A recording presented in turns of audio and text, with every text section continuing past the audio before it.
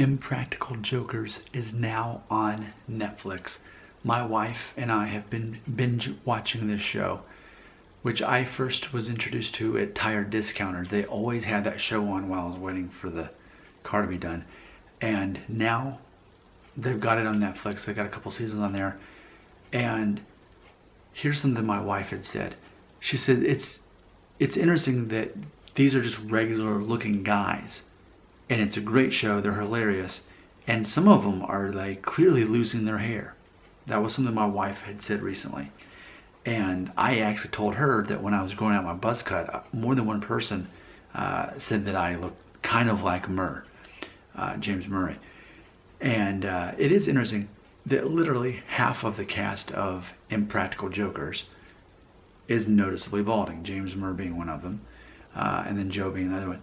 But we're talking like Norwood 4 territory. I mean, clear bald spot in the back, lot lost up here.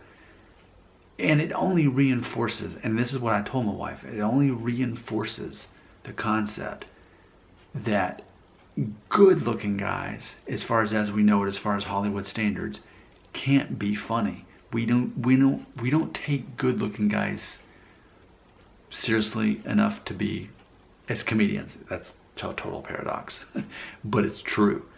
You have to be average looking at best in order for people to perceive you as a comedian. And I was explaining to my wife about that. I said the only exception I can even think of is maybe Jim Carrey. He started out in stand-up comedy, but he's still a handsome guy.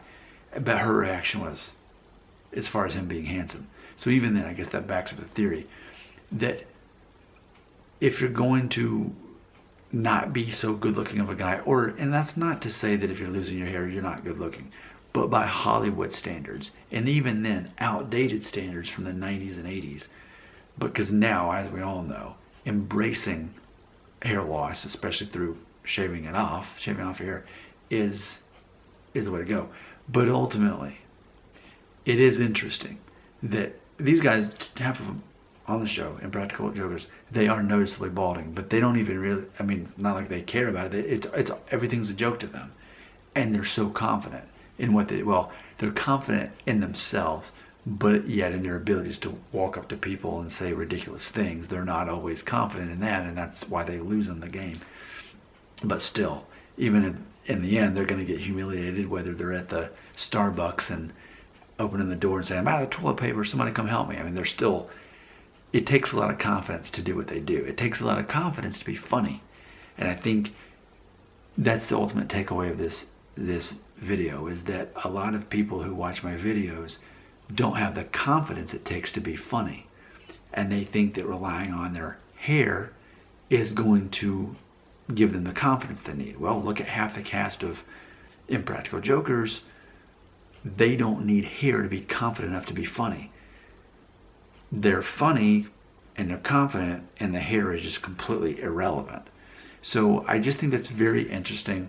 That was a conversation that recently happened, and we need to talk about it more. So what do you think about the concepts that I've shared with you in this video?